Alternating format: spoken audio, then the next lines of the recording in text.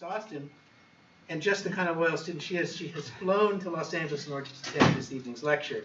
Joan Claudia, could you raise your hand?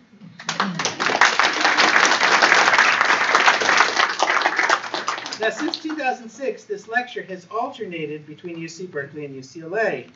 The previous lectures have been, Wachs lectures have been, Bent Fluberg from Annenberg University in Denmark. I don't imagine how longer I can do this in the succeeding years. Tony May from the University of Leeds. Susan Hansen from Clark University. Alan Altshuler from Harvard University. Genevieve Giuliano from USC. May Po Kwan from the Ohio State University. Edward Glazer from Harvard University. Patricia Monkinen from Georgia Tech. Catherine Ross, also of Georgia Tech. And Joseph Schofer from Northwestern University, a veritable who's who of transportation academics. And now tonight's speaker, David Levinson, is a professor of civil engineering at the University of Sydney. He's also adjunct faculty in the Department of Civil, Environmental, and Geoengineering at the University of Minnesota, where he spent the bulk of his academic career. Professor Levinson is one of the most important transportation scholars of his generation. His interest in transportation studies are extraordinarily broad, though he's perhaps best known as a leading thinker and proponent today on access as a central concept in transportation engineering, planning, and policy. I would note that one thing linking your host this evening with Professors Wachs and Levinson is that we all studied at very different points in his career with Bill Garrison, who was a towering figure in quantitative geography and transportation engineering. Professor Garrison, if memory serves, was Professor Wachs' PhD dissertation advisor at Northwestern, and Professors Levinson and Garrison co-authored a book, I believe in its second edition, The Transportation Experience, which synthesizes much of Professor Garrison's many years of thinking and Professor Levinson's thinking on the uniqueness of transportation as a field of study. Professor Levinson is not only an important and original thinker, he is a jaw-droppingly prolific one as well. By my count, he has authored or co-authored 6 books. These are not edited books. He's authored or co-authored 6 books and 90 refereed journal articles, which would be in a very impressive level of productivity for a scholar 20 years his senior. I once asked a colleague, did you see David Levinson's latest article on X, Y, and Z? To which my colleague replied, not yet. I can't read as fast as David Levinson writes. And finally, I must note that in a refreshing contrast to many transportation scholars, Professor Levinson is not just an academic. He got his hands dirty in a good way as a practitioner for 5 years for Montgomery County, Maryland, before joining the academy. In Maryland, he worked on developing integrated transportation land use models to analyze transportation networks and growth management. So with this as introduction, I'd like you to join me in welcoming Professor David Levinson for the University of Sydney to deliver the 12th Martin Wachs Lecture, Designing the 30-Minute City.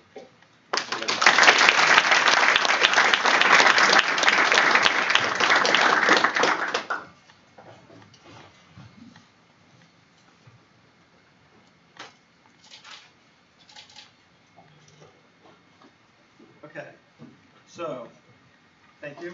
Microphone working okay? Great.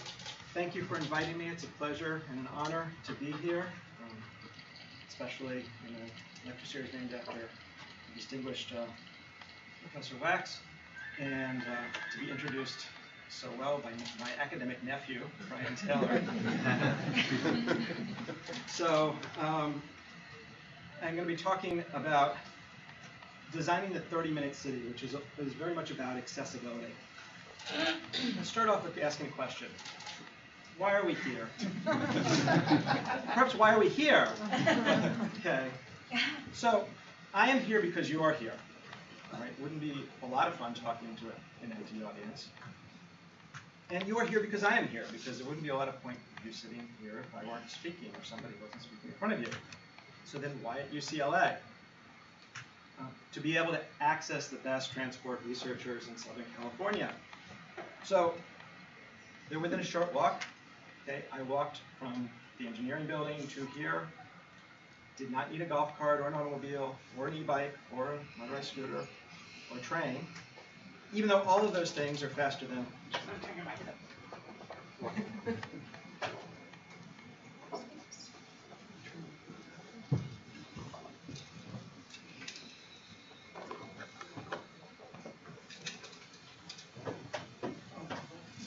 So the issue is what you can reach, okay, in a given amount of time, not how fast you are moving.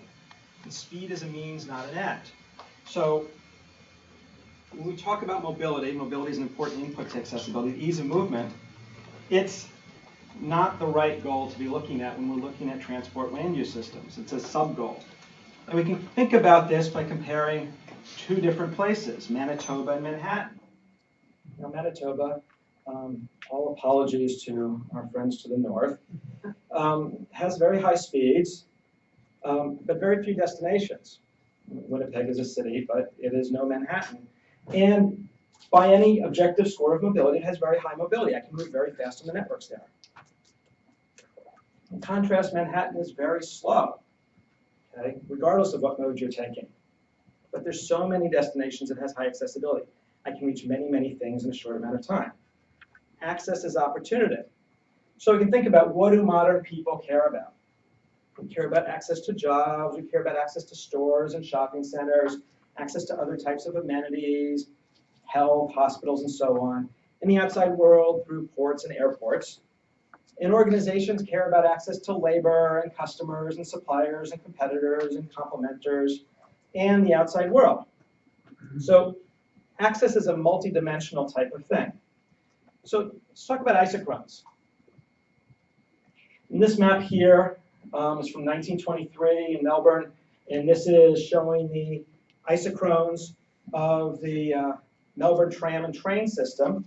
And you can see nice little rings around each of the stations showing how far it is, how long it will take you to get to the center of Melbourne. Okay, and you can see that the farther out you are, the longer it takes. This is fundamental to our understanding of accessibility. So a quick definition, I'm going to give what a term Brian introduced to me first time I applied to a job at UCLA, actually, the elevator talk. And the idea is, what can you explain to a politician about when you have them in an elevator for a couple of floors and something that they would understand. So our elevator talk is how many things I can reach in a given amount of time at a certain time of day. Okay? That's what accessibility is. Right?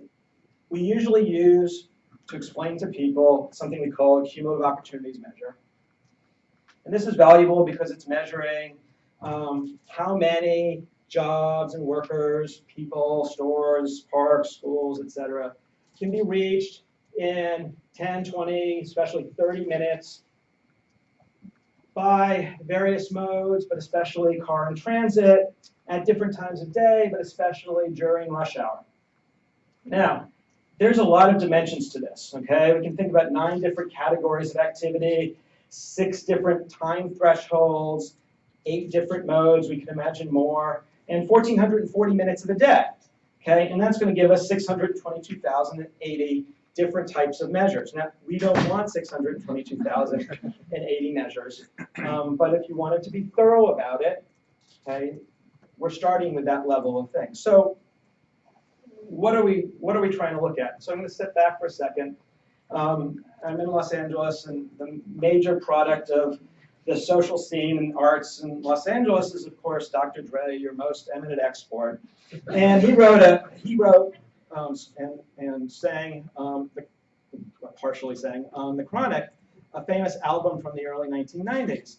But really, we're talking about the isochronic, okay? Because Marty Wachs, when he was 13 years old, wrote a paper, Physical Accessibility as a Social Indicator, back in 1973. Okay? And so this was the first major introduction of the idea of using the isochrone accessibility analysis, the cumulative opportunities measure, to use accessibility to understand how society operates. And he writes, he wrote a lot of things, but a conceptual framework is introduced for measuring accessibility in the terms of the ease with which citizens may reach a variety of opportunities for employment and services. And that's what we're doing. Okay, we've got a conceptual framework. We'll talk a little bit more in detail about that. The ease with which citizens may reach a variety of opportunities for employment and services. Those are the things that we care about. We still care about those. So cumulative opportunities measure, very simply put, I think this is the simplest graphic we can use to explain it to people. If you're at the white point in the center, okay, there's 4 opportunities around you. We'll call them jobs. We draw a 10-minute isochrone, and in this case, we don't hit any of the jobs. The 10-minute accessibility at that point is 0. Our 20-minute accessibility is 2, and our 30-minute accessibility is 3. That's all we're doing when we're talking about cumulative opportunities measures. Now, this may seem simple or simplistic, but it has a lot of value as a measure. Okay? It is a simple count of destinations reachable within a threshold. That is, it's measurable. It's not something that we have to model. It's something that we can physically go out and count. It's like, you know, any kind of SI type of measure. It's a standardized thing. It's not an index. We can talk to a politician and say, this is your 30-minute accessibility to 10,000 jobs, which means you can reach 10,000 jobs within 30 minutes from this point. And we can compare it with any other point, which the accessibility may be higher or lower, or any other place. We can compare Los Angeles and San Francisco, or we can compare Los Angeles in 2019 with Los Angeles in 1973. And we can come up with a direct comparison. And this is really valuable for a lot of reasons. And we can do this for any type of opportunity that we're interested in. Obviously, jobs are important, but there's lots of other things that we might care about. So I'll talk a little bit about theory. There's going to be a couple of equations. Don't be scared. They're all the same equation, just presented in different ways. So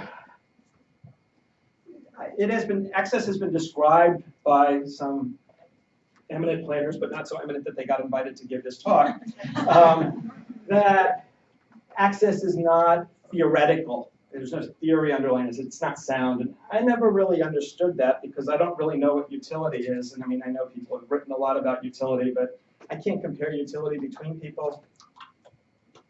I don't know how to measure it. I don't know how to observe it. I know how to model it and come up with things that we say is utility. But access, I mean, the only reason to locate anywhere is to be near things, to be far from things, or to possess things. Okay? Otherwise, there's no reason to be in a particular place. So being near things and being far from things, that is accessibility. That is exactly what accessibility is. It's the measurement of that.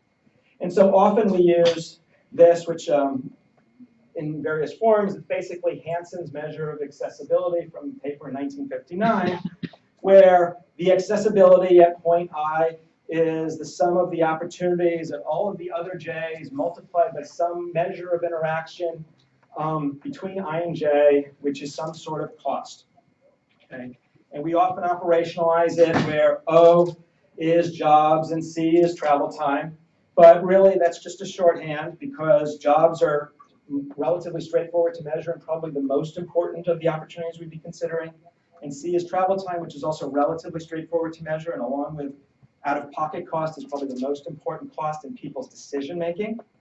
But we always remember that that's just a shorthand indicator. It's not the only thing that we care about.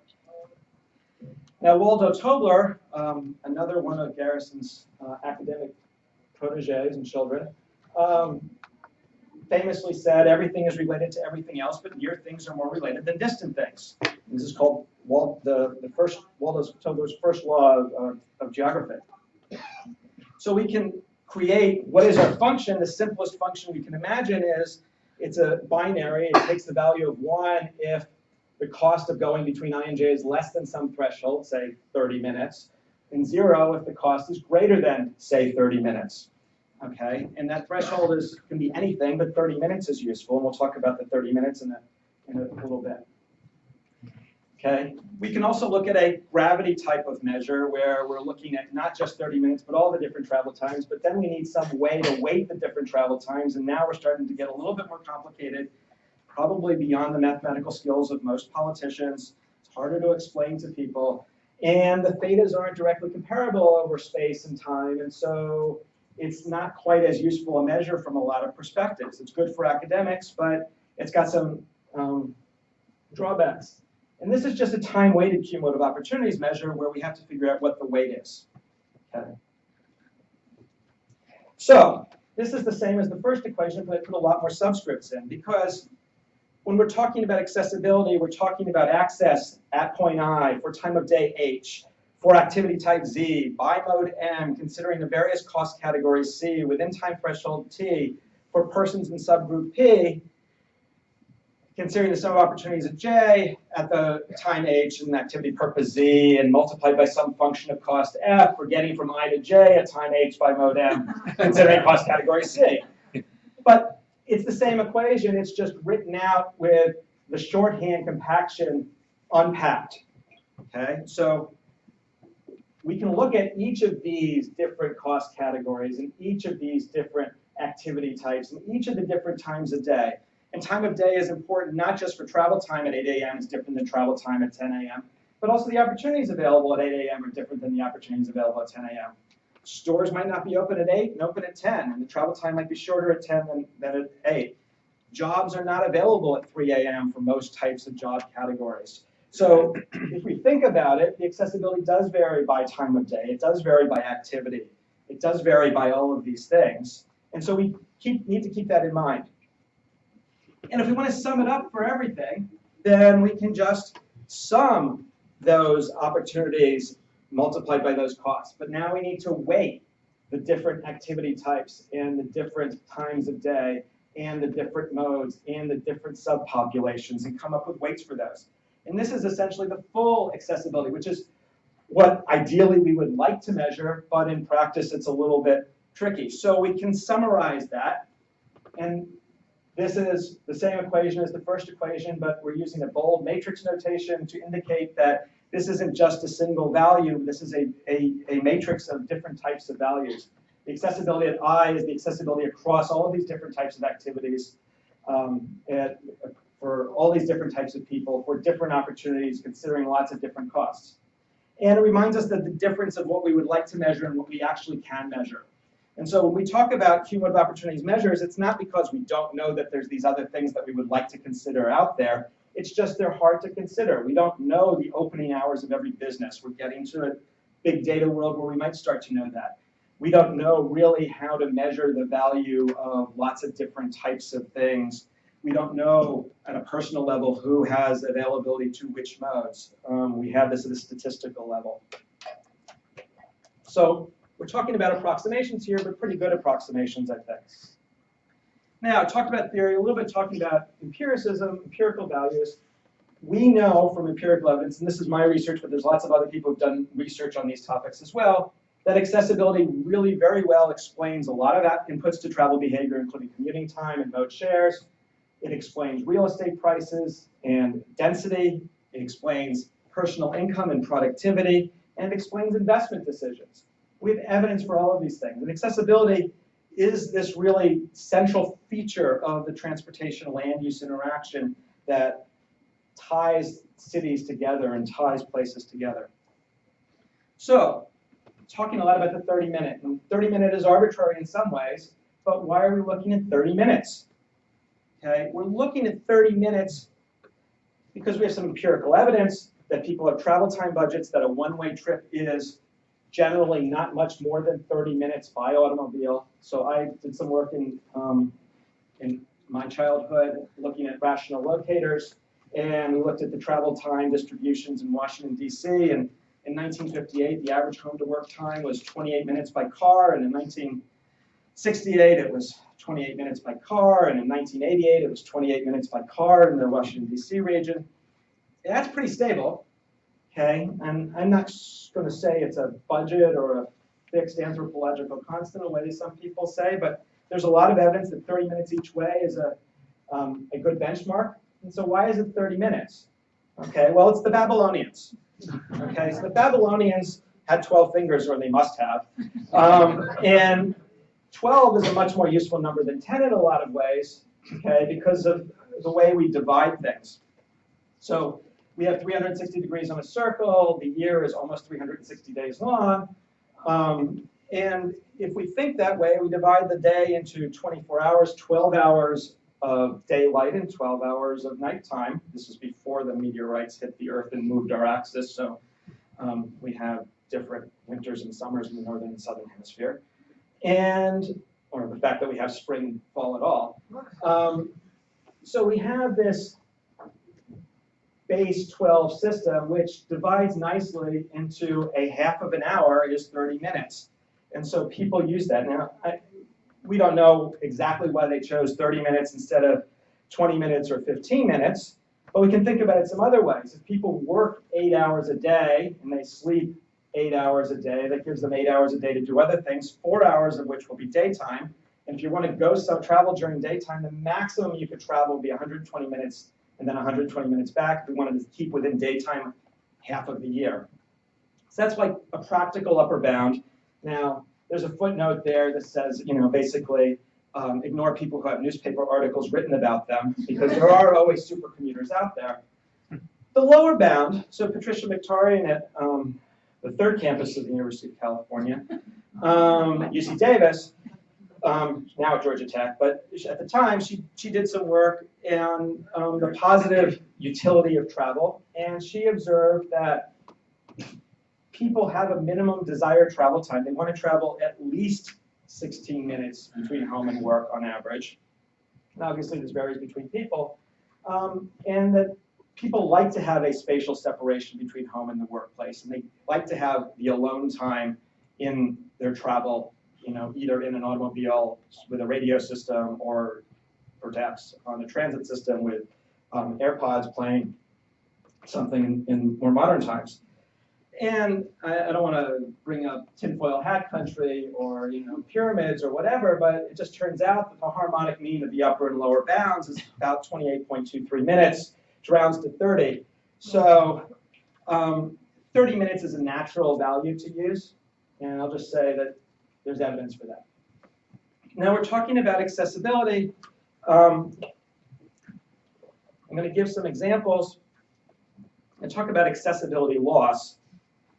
And we have a curve here which describes, as you lose travel time for some reason or another, how much of your accessibility are you losing out of your 30-minute accessibility. So if in 30 minutes,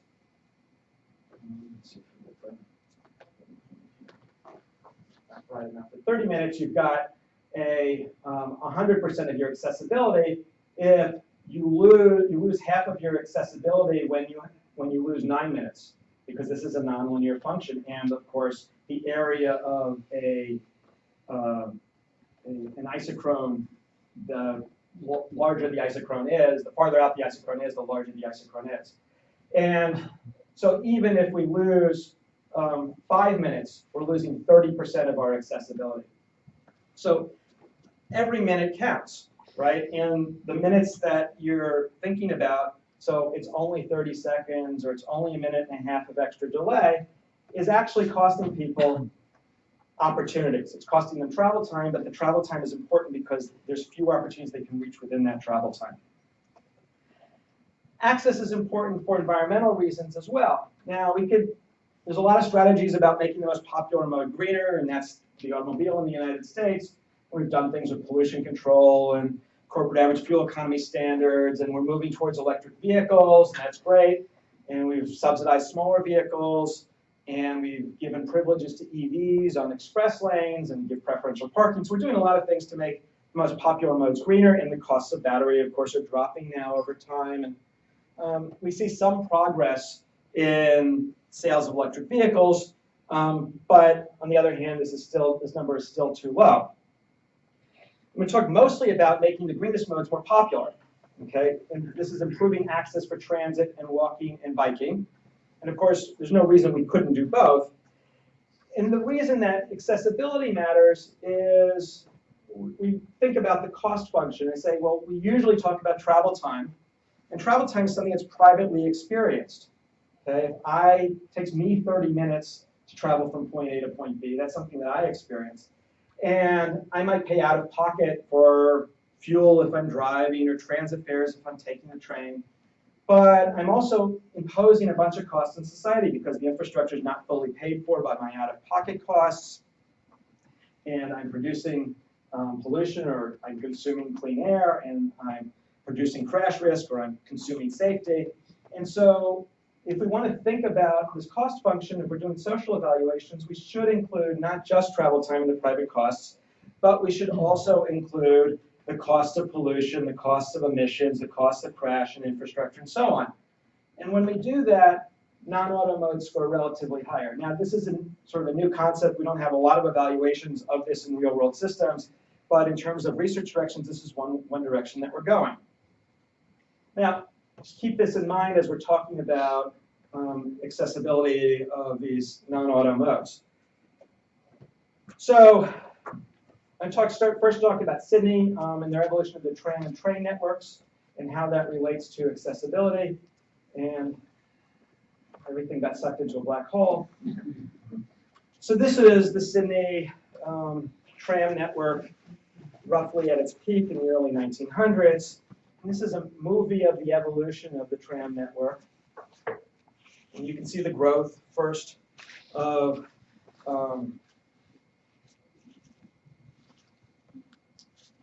do that one again. The evolution first of the horse-drawn and steam trams and some cable trams, and then it was electrified in the late 1800s, early 1900s. This network keeps growing through the 1900s, first couple of decades. And then it starts to get phased out, getting sucked into the black hole like so many streetcar systems in much of the United States. Now, this is the story of Sydney. Melbourne kept its trams, and there are interesting differences between the cities that are in part related to that. Sydney's trams were all replaced by buses, and so there is still transit service in all of these places. Whether people like buses better than trams and whether they're more flexible or not is a debate for another time. Sydney also has a major train system. Now, this is a commuter rail system, but this is a commuter rail system on steroids, which today has 2-minute frequencies in the central city. Okay, so double-decker trains, but every 2 minutes, every 3 minutes on the platforms through the heart of Sydney. And this grew and did not evaporate. And it grew systematically from Central Station in the east to the Blue Mountains in the west is the main line, and then lots of communities have grown over that. Big growth in the late 1800s and early 1900s, quiet for a while, and then more investments recently.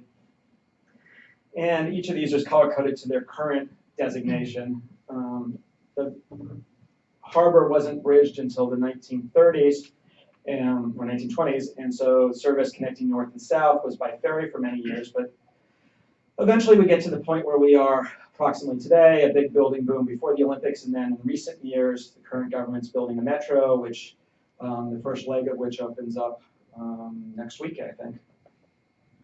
So the Sydney Trains network is pretty extensive. I stole this graphic from somebody on the internet. And the train network provides accessibility at the stations. And so this is a map that we did, which looks at the 5, 10, and 15-minute walk access to the train stations. And you can see the coverage is really pretty good. If we were to do this for the tram network, we haven't done that yet, but if we do this for the tram network, you'd see the coverage in the eastern part would have been excellent at even the 5-minute level through most of the eastern part of Sydney, the older part of the city. So the 5 and 10-minute walk time plus a 20-minute trip plus a 5-minute egress time to your final destination in the city gives us a 30-minute city even by transit for people who live within these buffers in the eastern part of the city, and it's obviously going to be longer the farther out west that you go. So I'm going to give an antipodean perspective on the 30-minute city. And the first thing to keep in mind is this is how we look at the world. You're upside down, not us. So the Greater Sydney Commission, which is the main planning organization for Greater Sydney, is a state of New South Wales agency headed by Lucy Turnbull, who was former Lord Mayor of Sydney, was married, or is married to someone who was Prime Minister a few months ago in the perilous seat that is the Prime Ministry of Australia. And she put together, her team put together this plan, which the 30-minute city is a very important aspect of. And the 30-minute city is, of course, an accessibility definition.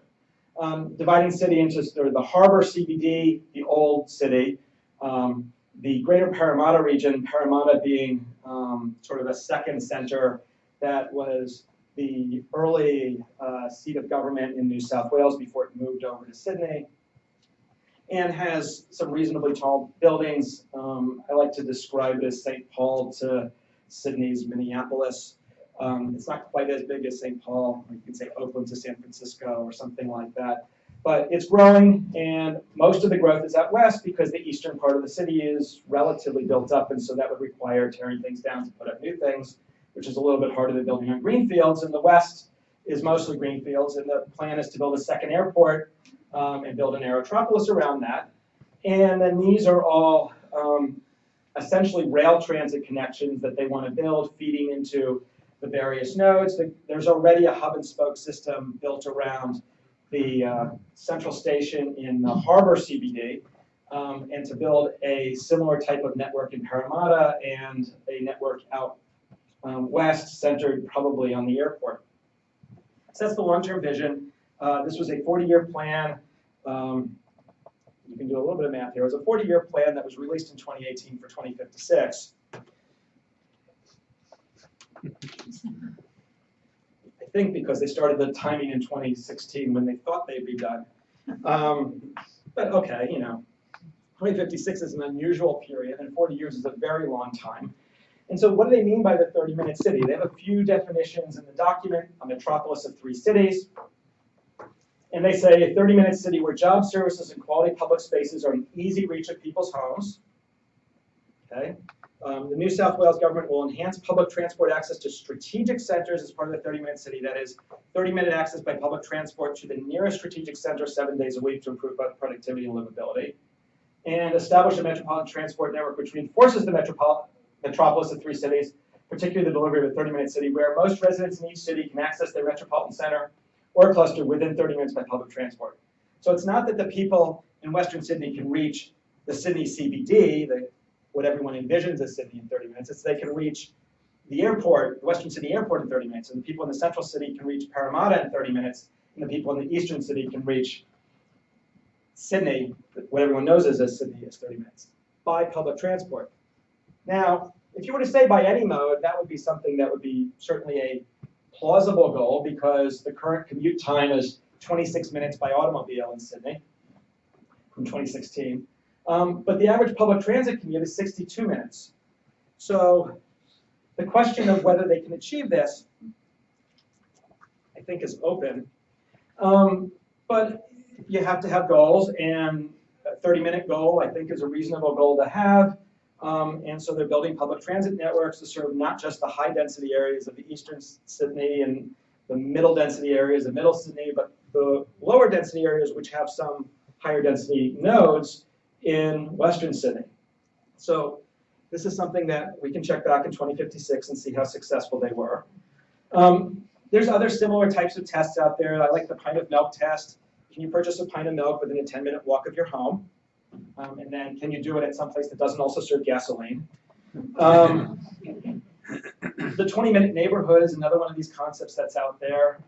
And I've seen people referring to this. My colleague David King is working on this in Phoenix with some other people who are at UNSW and some other areas as well. Based on the concept of living locally, you can access all the services within a 20-minute walk, cycle, or public transport trip. So bigger cities are going to have to pick bigger thresholds, but if you can get a pint of milk within 10 minutes and you can get to your major services within 30 minutes, you're doing better than a 62-minute public transport trip. So part of this is due to the job and labor balance within Sydney. Sydney is very CBD focused in a relative way. That is, the CBD is still the CBD. I mean, it might only have 15%, this didn't come out very well, 15% of the region's jobs, but that's far bigger than any other center within the area. And so we can look at what does accessibility to jobs look like in Sydney, and you can see the peak is around the harbor, Sydney CBD, North Sydney, through to south to the existing airport, and along the mainline corridor, moving due west towards the Blue Mountains. In these areas, the areas out west here are sort of the Blue Mountains, which is lovely, and people outside of Australia don't really know about them. So if you visit Sydney, make sure you visit the Blue Mountains, paid for by the New South Wales Tourist Board. And access to labor, not quite as intense because labor is more spread out than jobs are, but the same kind of pattern.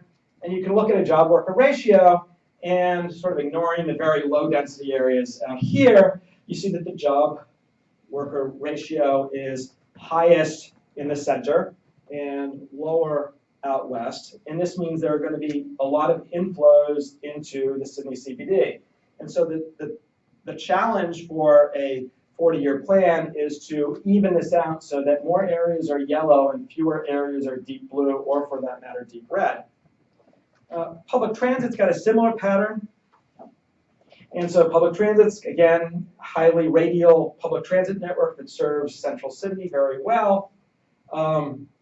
Access to labor is more diffuse. And the job to worker ratio is also more diffuse, but it's still highest in the center, and there's a few other nodes within the region where it's relatively high. But it's got the same kind of problem that US cities do, which is I can reach a lot more places by automobile than by transit. And so the blue indicates a very low ratio of jobs that I can access by transit versus jobs that I can access by auto. And there's only a few districts here where this is even almost one, where you can reach as many jobs by transit as by auto, which is due to automobile congestion and very good transit service in both directions, out to jobs that are out west as well as into the jobs in the center. Okay, and this is and this is the ratio of workers, which is much smoother because that's much more spread out. So job housing balance is an important concept, probably first brought to the widespread attention by Bob Cervero. And it's very simple math. So if we have two places, A and B, and we've got people who want to travel from A to B, and if all of the jobs are in A and all the workers live in B, everybody who lives in B has to go to A to find a job. And if they're 2 kilometers apart, that's 2,000 person kilometers per day of home to work travel. And if we add jobs to B and workers to A, we can smooth out this flow and reduce the total number of person kilometers of travel.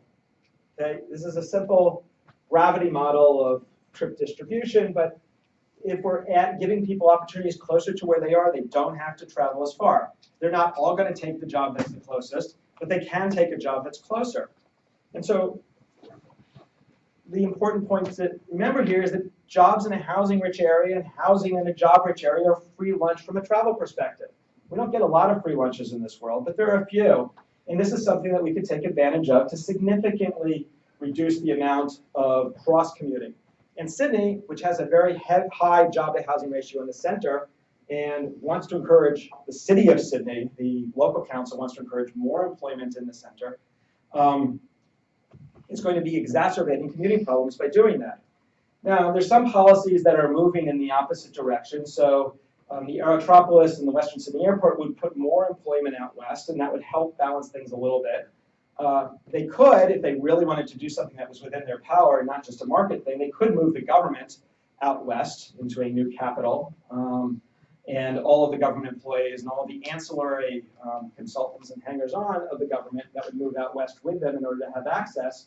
I don't think the Parliament's quite willing to do that, but everybody likes this. This is a nice building on one side, but it's back Central Park on the other side. It's actually a really lovely view. You can sort of understand why they're not willing to do that, but if they were serious about trying to do this, that would be an opportunity. And put more housing in the east, and they're doing a little bit of that.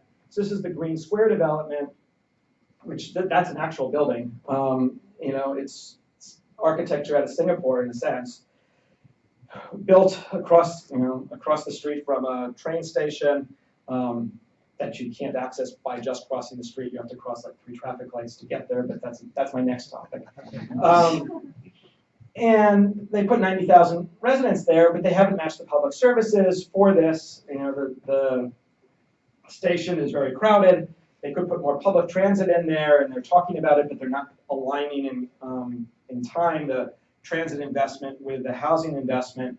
And of course, 90,000 people is going to create need for other public services like schools and so on. And they're satisfying that by building a school for 900 students. Now you can do the math on how many children 90,000 people will have, and I'll just let you do that by yourselves. So next topic is traffic signals. It's a very traffic engineering type of topic, and traffic engineers don't normally think about accessibility. They think about traffic signal timing. And so we have a cycle which has red time and green time and yellow time and an all red period.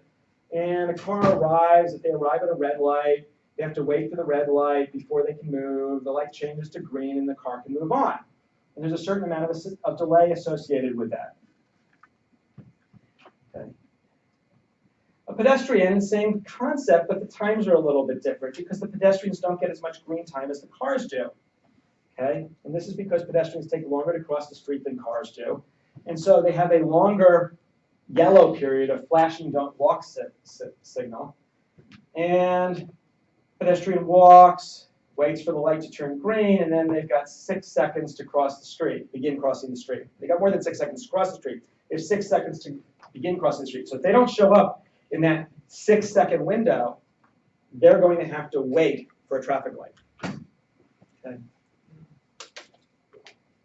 Now, there's equity issues associated with that. And on standard traffic signals, it's bad, but it's not terrible because you've got a fixed amount of time. You're just removing some of that amount of time. But in Sydney, they time the signals such that at many intersections, that 6-second window is not an exaggeration. It's 6 seconds of walk time every 2 minutes. So the average amount of waiting time is on the order of almost a minute, just if you randomly show up at a signal. And the reason is that in part they have adaptive traffic signals. They're very proud of their adaptive traffic signals. They export their adaptive traffic signal control system called SCATS to the rest of the world. Sydney Cooperative Adaptive Traffic Signal. And it's sort of world-leading technology in a lot of ways if your objective is to move cars quickly through intersections. Perfectly capable of handling pedestrians, but that's not in their objective function because they're not actually measuring pedestrians. And so it's adaptive, which means that if there's a new car coming along 2 seconds out, it's registered on a loop detector or some other sensor, they'll hold the green light for that car. But if a pedestrian's walking towards a traffic light, they have no way that they know a pedestrian's walking towards a traffic light, only when an actuator has actually been pushed. And these intersections are timed to be coordinated. So they have if you travel at a given speed, the design speed, you'll make a green wave. You'll make as many lights as possible. This is a traffic signal flow diagram from San Francisco. This is an idea that's been in the traffic engineering community since the 1920s. Henry Barnes developed this and deployed this in a number of cities. He was later, traffic commissioner in Denver and Baltimore and New York City. And this is something that can be done with analog technology. You don't need advanced computers to do this. It's a little bit difficult on a non-grid system like San Francisco. But this is timed for automobile speeds, not for walking speeds. So what happens is unless you're a pedestrian and walking at exactly an even interfraction of the driving speed, you're going to get stuck at most of the intersections. So you'll walk and then stop, and then walk and then stop, and walk and then stop, and walk and then stop, and walk and then stop, and walk and then stop. And so I've estimated that the delay in a city for pedestrians is about 27% of their time is stopped at signals, at walk signals. Okay, now this is assuming somebody's walking at 1 meter per second undelayed. Now this 27%, you compare it with a century ago before traffic signals were deployed, people didn't stop at intersections. Okay, so pedestrian conditions become significantly worse. Now remember, we talked about accessibility loss. Okay, pedestrian losing 27% of the time, or on a 30-minute walk, they're losing 8 minutes. They're losing 45% of their accessibility because of traffic lights. We wonder why more people drive. So there's things that we could do. Okay, we could count pedestrians automatically. There's new camera technologies out there. We can make much more effective use of the actuators than we actually do, which only register that there's a pedestrian there, not how many pedestrians are there. We could prioritize pedestrians and traffic signal algorithms to give them more green time. We give them the maximum rather than the minimum amount of feasible green time on a phase. We can give them a leading interval so that it turns green before cars make left and right turns into the intersection. And we can have more all pedestrian phases. I believe there was one in Westwood. There's a few of these named Barnes dances after Henry Barnes, who developed coordinated signal timing as well. These are all things that we can do, but we're not doing them systematically. Talk about rapid bus, prepay, all-door boarding. So Minnesota opened its A line in 2016, which is a rapid bus network from suburban Rosedale to the 46th Street station on the blue line of the light rail system, passing by the green line of the light rail system. And it has a few things that save a few seconds of time. So you prepay, you tap on before you board the bus. You can board on any of the doors, not just the front door. And it has a longer spacing between stops. So there's less dwell time at stops and less acceleration deceleration delay. And so there's faster turnaround, which means a higher frequency of service for the same number of buses. It's a win-win for almost everybody, except people who have to walk a longer distance to get to the nearest bus stop. And this map maps the change in accessibility before and after the A line opened. And you can see that there are places that are winners and losers, but there's a lot more green than yellow here, so there's a lot more winners than losers. And overall, this increased accessibility by 5% for people who were within a buffer around the A line. So this added real value to people. So there are a lot of things we can do with simple technologies that are available to us sitting off the shelf now.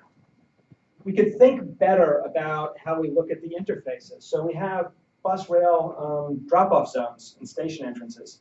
So this is a new bus stop at Redford Station, which is my closest train station. You can see the distance from near the entrance to where the buses are letting people off. And this is the brand new entrance, which used to have a door on the side, but now has a door in the front, meaning that people have to walk farther around to get to the entrance. And the old entrance was 30 meters from the old bus stop, and the new entrance is 90 meters from the new bus stop. That's 60 seconds of walking time every day in both directions for people who are doing a bus transfer to this station. Okay? They have 6.5% less access. Okay? Now, I wrote a piece for The Conversation, which is an academic popular outlet called How to Increase Train Use by Up to 35% with One Neat Trick, or Catchment If You Can, with the footnote, gains vary by station. And I would encourage all of you academics to look at The Conversation and write for it, because more people have read this piece than have read probably everything else I've ever written put together, and I just wrote this a few weeks ago. Okay, so the neat trick is looking at entrances to train stations. So this is our map of the access to train stations. They're catchment areas. So how many people within 5 minutes, or 400 meters, or 800 meters, or quarter mile, or half mile if we're going to use the old system. All of the red stations here have a platform entrance, have an entrance to the train station at one end of the platform. Okay, and the other end of the platform is just a cul-de-sac, effectively. And this is the density of Sydney. And we can do a little graphic here. So we have our customer who lives in the apartment building in the lower left, and she's going to try to take the train to her job, which is in the upper right. It's blocked on this one. You can see it better on that one, I guess. And so she's going to walk 2 minutes, catch the train, ride the train, get off the train. She got off on the train, but the platform entrance was on the wrong side. So she has to basically go past the platform, each platform twice a day, every day, for the entire time she has that commute. Now, there's a better, if we had the platform on the right side of the station, this would be better. And she would save a significant amount of time, not all of the time, because she still lives on the wrong side of the platform. But if they got an entrance on one side, she's saving a little bit of time. And better still, she lives on the correct side of the platform and does the same side of the platform as her job is, and she doesn't have to walk quite as far.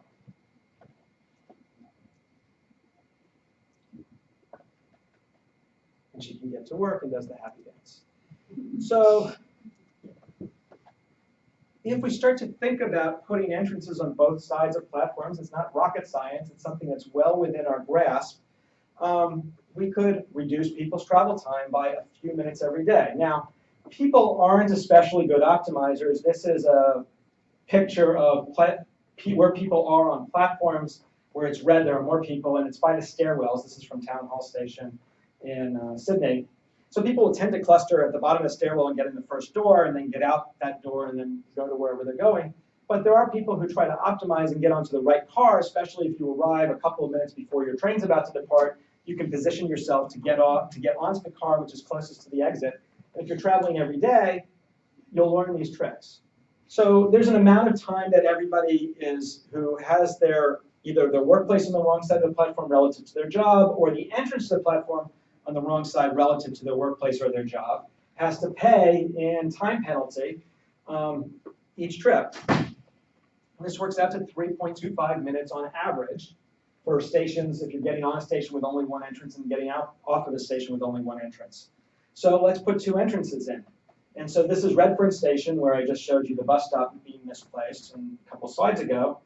And if we add an entrance to the south side of Redfern, we can significantly increase the number of people who are within a 5-minute, a 10-minute, a 15-minute catchment of this station, which translates into riders, okay, and translates into land value.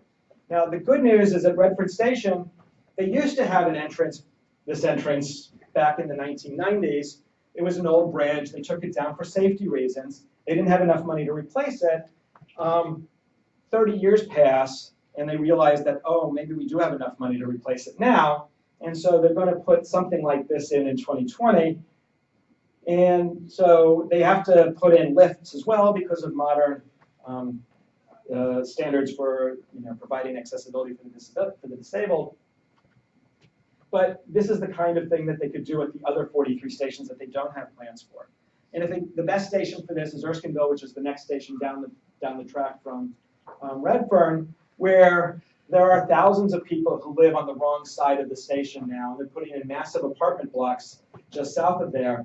And these people are walking and basically semi-circumnavigating the station every day.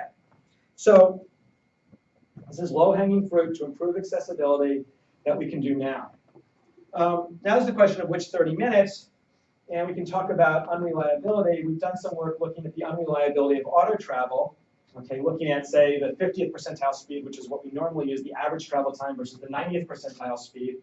And the people who are most vulnerable to losing accessibility live in this ring around the city. It's a natural pattern, because not just because we're looking at 30-minute accessibility, but there's the higher the time threshold that you're considering, the larger this ring is going to be naturally, but there's going to be some sort of ring pattern where people are going to lose accessibility if it takes them longer to travel.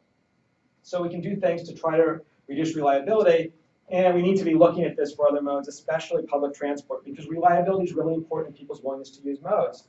People still talk about the time the train system gets jammed up a year and a half ago. And Sydney's got a very good train system compared to most of what people in North America are used to.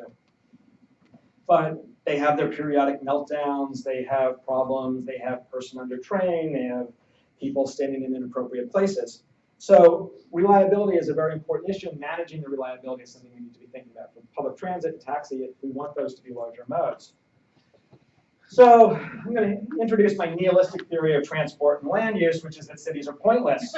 But what I mean is that a station is not a point, it's a place. Okay, so we, in planning, deal at a very abstract level. You saw the metropolis of 3 cities plan, and it just sort of has these points for whole cities. Whole communities are just a point. Okay, a junction is not a point. An intersection is not just a point; it's a space. Okay, we allocate time and space over that. Now, we also get the argument that, okay, you're saving somebody 5 seconds. Who cares? Nobody cares about 5 seconds. Okay, well, that's basically Zeno's paradox, right? Because we can never get there because we're only caring about 5 seconds, and we'll never get to 10 seconds if you don't get to 5 seconds. So if you want to save 10 minutes, you have to save 5 minutes, and you're not going to necessarily all save it at the same place. So you make the gains that you can, and they add up cumulatively over time. And so, you know, your 5 seconds doesn't matter, but your 5 minutes does. And it gets you an extra 30% on your accessibility. So let's talk about a research agenda. We have a new transport landscape. We have these new micromobility modes coming out. We have automated vehicles coming out. We have electric vehicles coming out. We have shared rides and automation and mobility as a service. Okay. So there's this new modal explosion. And our accessibility framework has been classically done for the automobile and for public transit and walk and biking. And walk and biking and automobile are very straightforward because they're basically technically all the same with just different speeds associated with them. But now we've got modes where you have to go and find a vehicle that's randomly distributed across the landscape with a dockless type of system, or that has a random distribution of when it will come to you because it's a taxi type of service and it says it's a 2-minute arrival on the app, but you know better. And this modal explosion is an opportunities for thinking about measurement and how do we actually measure these things. We want to think about time and cost perception. So as engineers, we measure things, but as behavioralists, we know that people perceive things differently than what we measure. We know that people exaggerate the amount of time on average. They round up rather than rounding down. So a 28-minute commute is always a 30-minute commute, but so is a 22-minute commute sometimes. And this time perception, cost perception is a real problem because people are behaving based on their perceived time, not based on our measured time. So what they think of as their accessibility is what they think the travel times are, not what we measure them to be. We can align this better with travel information, but we really need to understand people's time perception better. We need to understand the effects of reliability, okay? Looking at 50th versus, say, 90th percentile, and we can think about lots of different types of reliability measures. Real-time GTFS is coming available, so we're starting to get measurements of actual transit system performance. And I think Stephen Farber's group at Toronto is working in that area. Shopping versus shipping. So what does it mean to order food online and have it delivered if it comes to me in 45 minutes? I have 45-minute access to, you know, Chinese delivery or Thai delivery versus a 15-minute walk, or Amazon's promises of, you know, 1 hour or 2 hour delivery services. But we can't just look at time in the same way because on delivery I can do other things with the time that I'm waiting, whereas if I'm going to engage in the transport myself, I can't do as many other things. I don't have the same kind of flexibility. And so this is sort of an open area of research. It's related to sort of the virtual accessibility versus physical accessibility. So there are people watching this on their computer, and they have access to this talk. Probably not quite as high a resolution as you have, but still a pretty good resolution, especially compared to where we were 20 years ago. And we can engage in real time globally, you know, on cell phones now, and with 5G, it'll be even better. Okay. We need to think about how do we measure opportunities by time of day, because we know that the opportunities are different at different times of the day, and we don't sort of ignore that problem. We need to be looking at equity and differences between place-based accessibility and person-based accessibility, the place-person continuum. Okay, and so as you get to more and more subgroups, you're eventually getting to individuals. And we need to be thinking about full cost and full benefit accessibility and multimodal access and weighting the different components. But we need to do this while keeping everything measurable and comprehensible in a way that I can explain to a public official. This is better than that, and you know what this means. So complexity is easy. Utility models are, I'm not saying easy, but they're easy to estimate. Making something that people can understand is hard. And so coming up with measures that capture the complexity of the real world but can be explained to people is a challenge here. I introduce a dialectic. Okay, so we have our engineer, Mr. Engineer.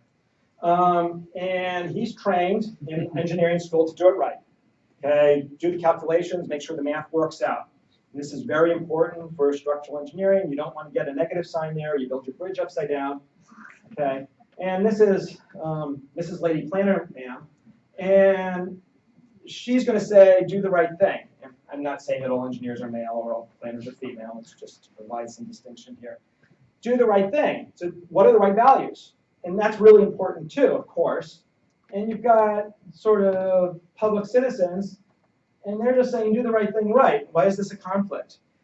Okay? You need to think about both strategy and tactics. You need to think about idea and implementation. So it's not, there is a synthesis to this dialectic. Okay? And so we want to think about professionally being interdisciplinary in real time. And so we need a profession not of more urban planners, God bless you, okay, or transport engineers, God bless me, but urban operators. So people are engaged in today's city, not tomorrow's.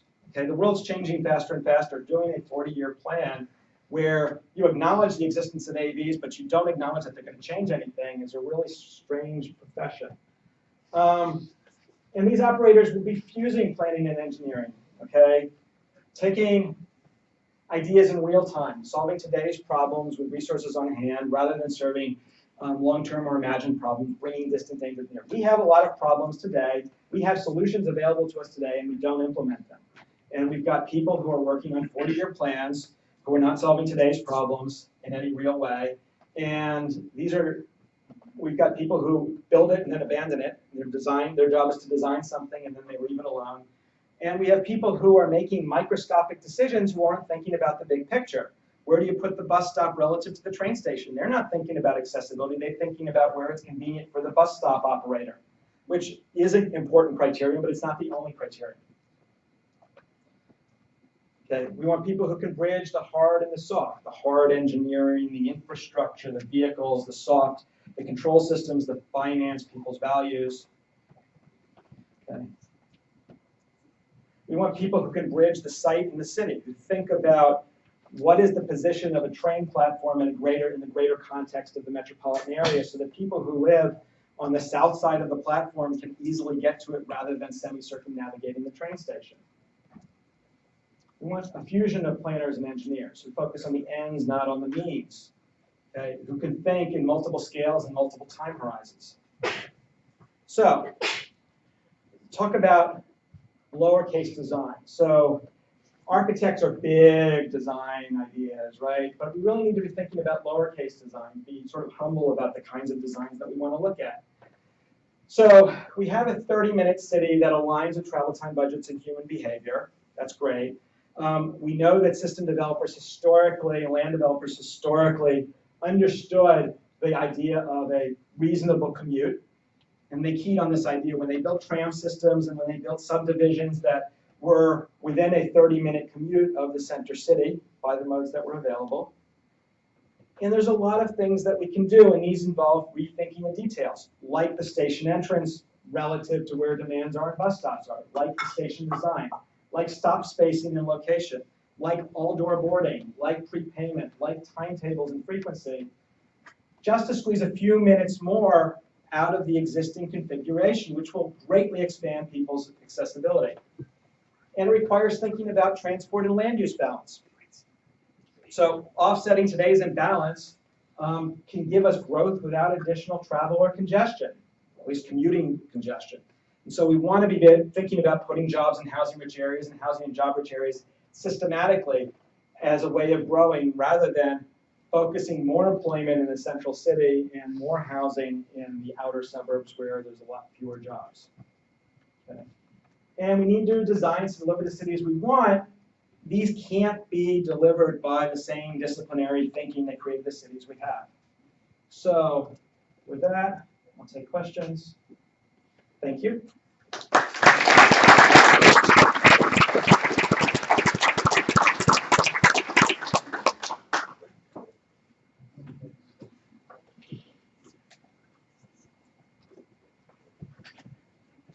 So I thought it was really useful and thoughtful talk, and you kind of ended on this head human behavior, but in some ways the kind of person cross was kind of person agnostic, right? So you don't really think that like different groups of people have, or I'm curious kind of think about different groups of people have very different cost perceptions, particularly women, right? So Yeah. half of the population, real differences about waiting time and real dangers there.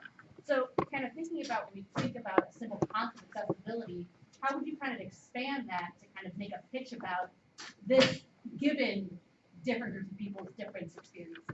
Yeah, so I agree with that completely. We did a few couple of papers with Yingling Pham and myself and some students doing some, Andy Guthrie, who's now at Memphis, visitor, looking at this question, and the times are different at bus stops, and people feel different, have different safety perceptions at different bus stops and train stations, and it depends on things that like you'd expect. And so the perceived time change for different people. And so if one of our subgroups is males versus females, we would see different perceived times in different environments for the average male and the average female, and certainly for different groups of males and different groups of females.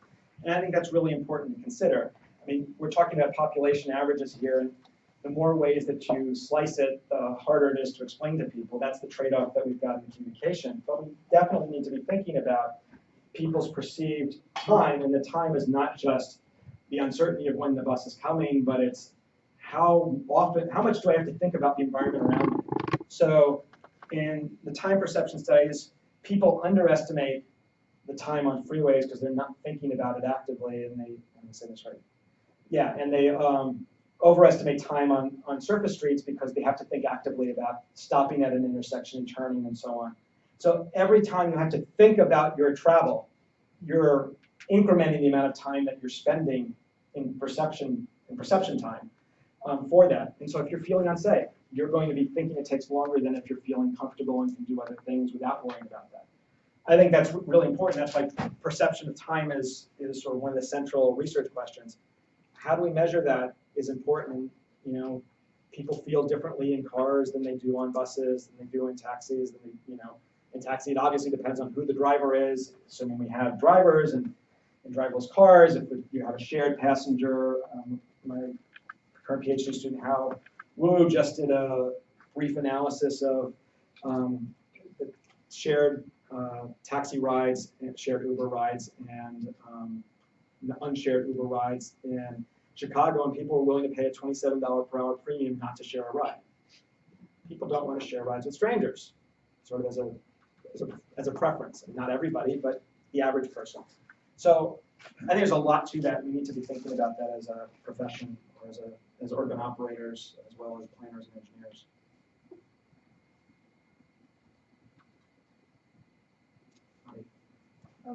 When we closed, you said put more jobs where there are people, like housing and jobs, and put more people where there are jobs. Earlier, you talked about unpacking the accessibility model, and there are different kinds of jobs. Sure. There are jobs that open at 10 in the morning, and jobs that open at 6 in the morning, and jobs that open at 3 in the morning. Do you have any empirical evidence that that overlaying them geographically actually increases the accessibility given the diversity of employment and skill levels? And if you put a job near my house, what's the probability that I'm going to work at that job? It's pretty low, I think. Well, the probability that you're going to work at that job is probably really low. But so there were 3 transportation professors in Minneapolis, right? So I had an opportunity set for one of those 3 jobs if that's what I wanted. But most types of organizations hire people at a lot of different levels, right? They're not only IT workers. There's a lot of people who support those IT workers, and it's not only office workers or factory workers. Factories got office type jobs. Factories got low wage jobs as well. So I think there is empirical evidence for this. It's not as strong as if all jobs were indifferent, okay? But there is empirical evidence that this will reduce times relative to keeping everything separated. And so that's the direction we should be moving. Now, Western Sydney has lower income workers than Eastern Sydney, and the housing markets are balanced that way. So the more lower income jobs will tend to be out there, relatively speaking, but there's still a lot of cross-migration. And this cross-migration would be reduced by providing more housing opportunities in the eastern area where the jobs are that those people would have skills for. So, on the housing, allowing the people with those skills to live in nearer where their jobs are by providing more supply and thus driving down price a little bit. The other side of moving jobs just randomly out west won't automatically, instantaneously make this change, but as an evolutionary process, people will relocate to nearer where their jobs are and have an opportunity to be closer to that, because none of these areas are homogeneous, and there's low-income housing in Eastern Sydney and there's higher-income housing in Western Sydney as well. It's just disproportionate, more in one way than the other. So nothing is perfect, but that's the right direction to be moving, is the argument I'm making.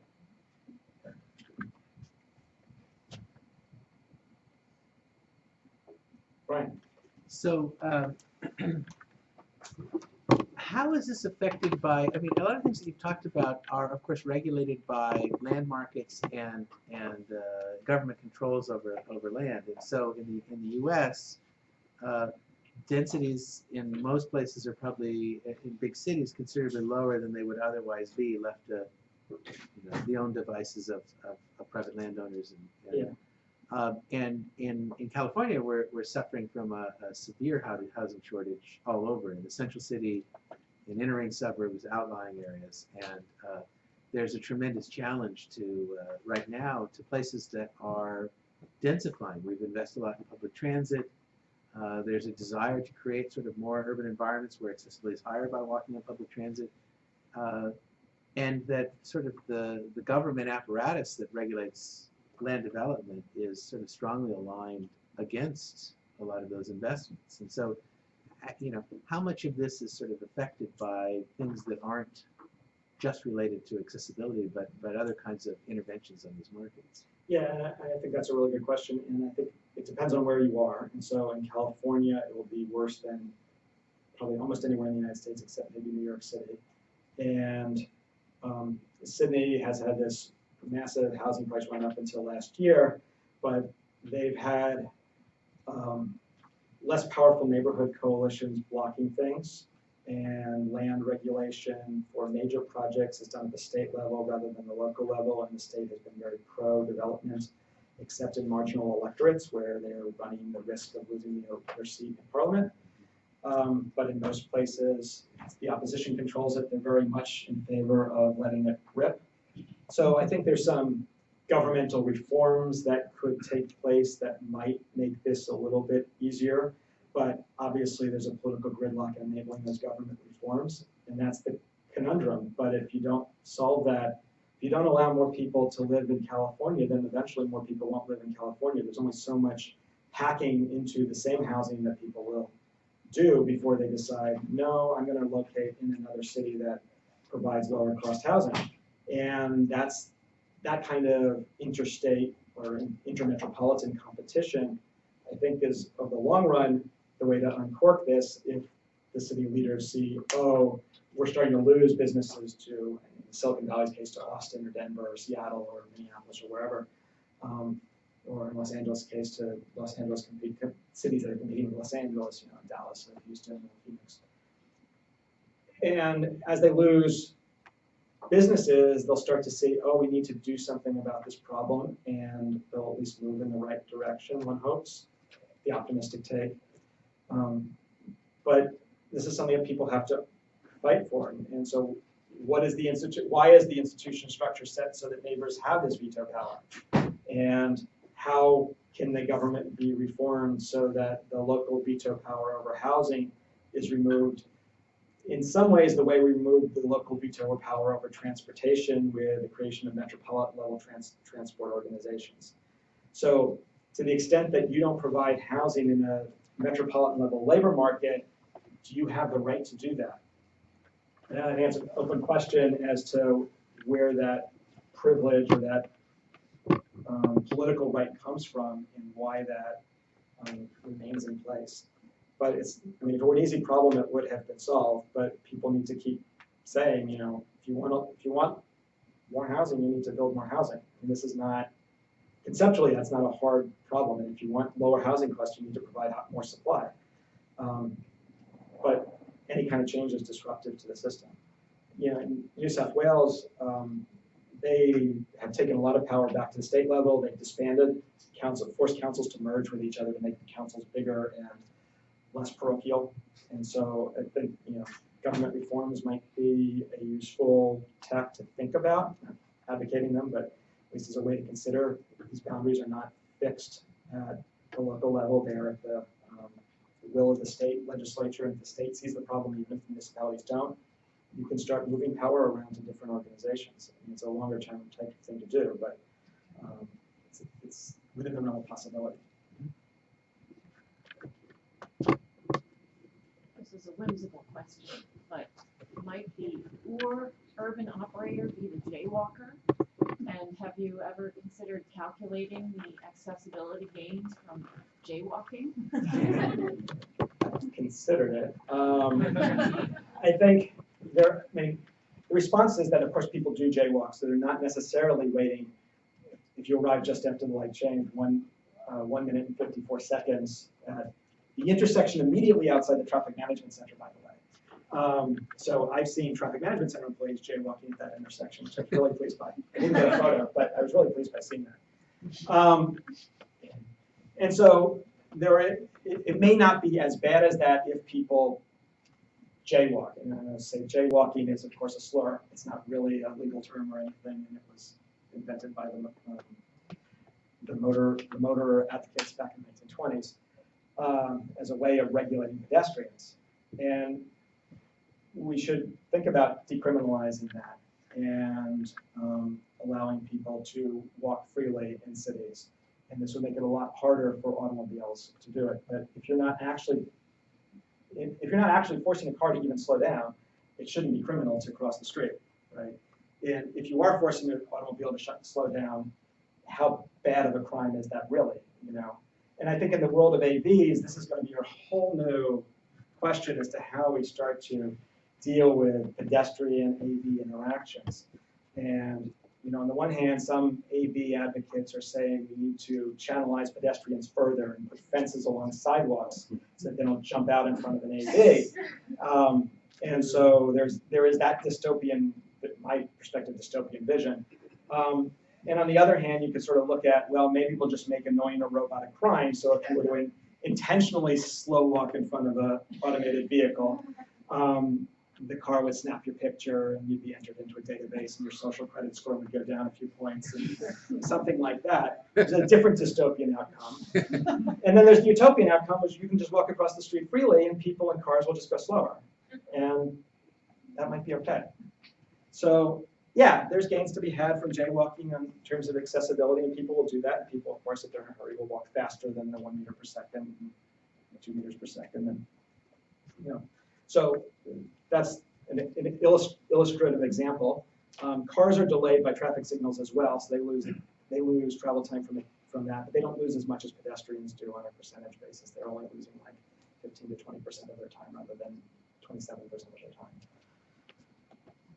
Just it's kind of a non-academic question, but people often ask me, will I mind living in Los Angeles? Considering they're moving there from, say, it could be a small town, small city. And I'll say to them, if you don't mind your world being within an hour of whatever you want to do, or a job, healthcare, and so I would call Los Angeles, at least in my connections of people I've talked with, they're a 1 hour city. Yeah. And there's a certain, and I'm wondering, in your work, is that definition of your world, 1 hour, 30 minute, 90 minutes, does that vary? Is there some factor such as the density of a metropolitan area, and then the size of that dense area? Does that affect that? My daughter grew up in Los Angeles, moved to Seattle, and so she left here with the 1 hour mentality. Yeah. And when she went to Seattle, it was worse because the traffic congestion actually is, from a user's point of view, is much worse. At least that's her perception. So she felt like she should be able to get places in Seattle more quickly than she did in Los Angeles. Yeah. Bigger cities have longer time thresholds. That is, people are willing to commute longer in larger cities. So there's the positive effect of you can reach more things, so it's worth commuting to the end. So there's more opportunities at the edges of the city, and the value of those things might be better because of specialization, division of labor. So, you know, if you want to go to this is my favorite example from London, the bookstore that specialized on books about cigars, which you can't have in every city. But London had enough of a market to have that kind of specialization, right? If you want to be able to get to that, you can get to that. And in London, by public transit, you can get to most places in an hour. And when I was living in Minneapolis, we could get to the edge of the city from where we were, which is pretty central, in about 20 minutes. So like a 24-minute in off-peak and 30 minutes in the peak. And a 24-minute commute time was the standard in the Minneapolis region, creeping up a little bit over time, but not to quite Los Angeles or Washington, D.C. levels, but it's a smaller metropolitan area. And, Sydney by car is 26 minutes, which is, again, it's a little bit smaller than Washington, D.C. or Los Angeles. But it's not that people, on average, are putting up with a 1-hour commute, right? They're putting up with, on average, a 30-minute commute. Now, some people will put up with a 1-hour commute, but most people don't. And if you look at the distribution, it's actually, the median is to the left of the mean, that there are more people with a shorter than average commute, and then there's this long tail of people with long commutes that are pulling that average out. So I think it does vary by city. It probably doesn't matter, that doesn't vary by that level of extremity in most places. And people will try to organize their lives with a little bit of sense about their commute, but sometimes you take a new job or you've got a more complex household structure where you've got different family members who have different employment opportunities. And some people are more sensitive to commuting than others, right? Some people like the travel more than others. My wife in the US liked to drive, and so she would have the car and she'd be willing to go all over town for things. I mean, her job is only 8 minutes away by driving, but she would do all sorts of other types of errands in order to increase the amount of time that she could spend in the car. Away from us, of course. And as much as she loved us, this is why she loved us, because she could get away. And the ability to roam farther is an opportunity that some people really appreciate and other people are really hate. And sort of depends. I mean, are you on a train? I'm willing to travel a lot farther when I'm on a train than when I'm on a bus, because a train is a more pleasant experience. And nothing wrong with buses, but buses have more stops than trains do and more jerky acceleration and deceleration, and they have traffic lights typically. And so it's a less comfortable ride. So people travel farther on their own train. Train commuters have, on average, a longer commute. And there's mutual selection both ways, that people who want to have a longer commute will arrange their lives to be on a train station that's farther away, and the people who want shorter commutes will arrange to be within walking distance of their workplace. So I think there's a lot to be said for different preferences and different time perception, different time valuations for these different experiences. See, the flip side of it, I've had people say to me, my God, I can get to everything I want if they've moved to another place. I can get to everywhere I want within 20 minutes. And that's about changing what you want. Yes. Right? And so what do you want? What do you actually consume? And, some people being near the amenities of the city center are really important. It's like, we lived in Minneapolis and, we didn't go to the Guthrie Theater on any kind of regular basis. So being near these things wasn't really that important to us. Being near a stadium, you don't go to baseball games, isn't really that important to most people. And you're in a museum that you visit once a year. So people will, we talk about these different opportunities. There's a lot of different opportunities we can consider, but the ones that people go to every day, home and school, and on a weekly basis, certain kinds of stores, those are the things that people will prioritize. And people might say these other things, but some of that is sort of ex post reasoning rather than their actual reason. I have a related question. Los Angeles is building a lot of rail lines, hoping to induce a lot of new transit trips because of additional accessibility. How do we compare the short-term changes that we might see of like Rancho Park residents riding the Expo line versus the long-term people selecting to be in Rancho Park because they can be near the Expo line? Should we be focusing on like one type of behavior change versus the other, or what's more likely to increase transit? Yeah, so I think we should be looking at the life cycle. And, basically, just as we do time discounting for interest rates, we could do time discounting for future accessibility. And the accessibility, the moment you open the train line prior to any land use changes, or only the land use changes that were concomitant with the train line, is one thing. And then the land use changes that you'd expect in the self-selection that you'd expect over a longer period of time, 5 years, 10 years, 15 years in the future, is another thing. And we should be looking at this time-weighted, that the near-term changes in accessibility are more valuable than the ones that we predict 30 years into the future. We can argue about that slope of that discount curve and whether it's a fixed 7% or hyperbolic discounting or different types of things. But the near-term changes are more certain and they're more valuable. And so we should be prioritizing the immediate gains rather than sort of speculative gains. We see Minneapolis is building a light rail line, extending its existing light rail lines into a fourth ring suburb. And they're proposing extending the other line into a fourth ring suburb, which is now, the final station is now a cornfield, with the hope that development will occur. And development might occur, but the year it opens, the development won't have occurred. And the existing lines have not fully developed out the way it was promised. So you really need to be looking at what will happen based on what you actually know is existing or under construction, rather than based on the hopes and speculations of boosters. And I would very much favor looking at a shorter term time frame for these kinds of things, rather than sort of a speculative time frame. Now, I believe that over the long term, land use will change if the accessibility gains are real, but it's in a market that's competing with other modes, which might also have accessibility changes, and those gains might not actually materialize anytime soon. And they're still, 15 years after the opening of what's now Minneapolis's Blue Line, there are still stations that are vacant lots next to it because the development hasn't materialized yet there. And to say that it won't in the next 5 or 10 years, we've been talking about it for a while, but it's not there yet. So how much of this should be serving future demand rather than existing demand? Sydney is building a metro line, serving existing places and upzoned around them.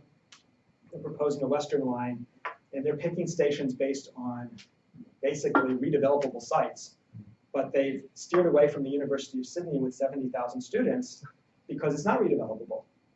But it's existing customers or potential immediate customers. But they're not thinking about it in terms of customers, they're thinking about it in terms of land deal.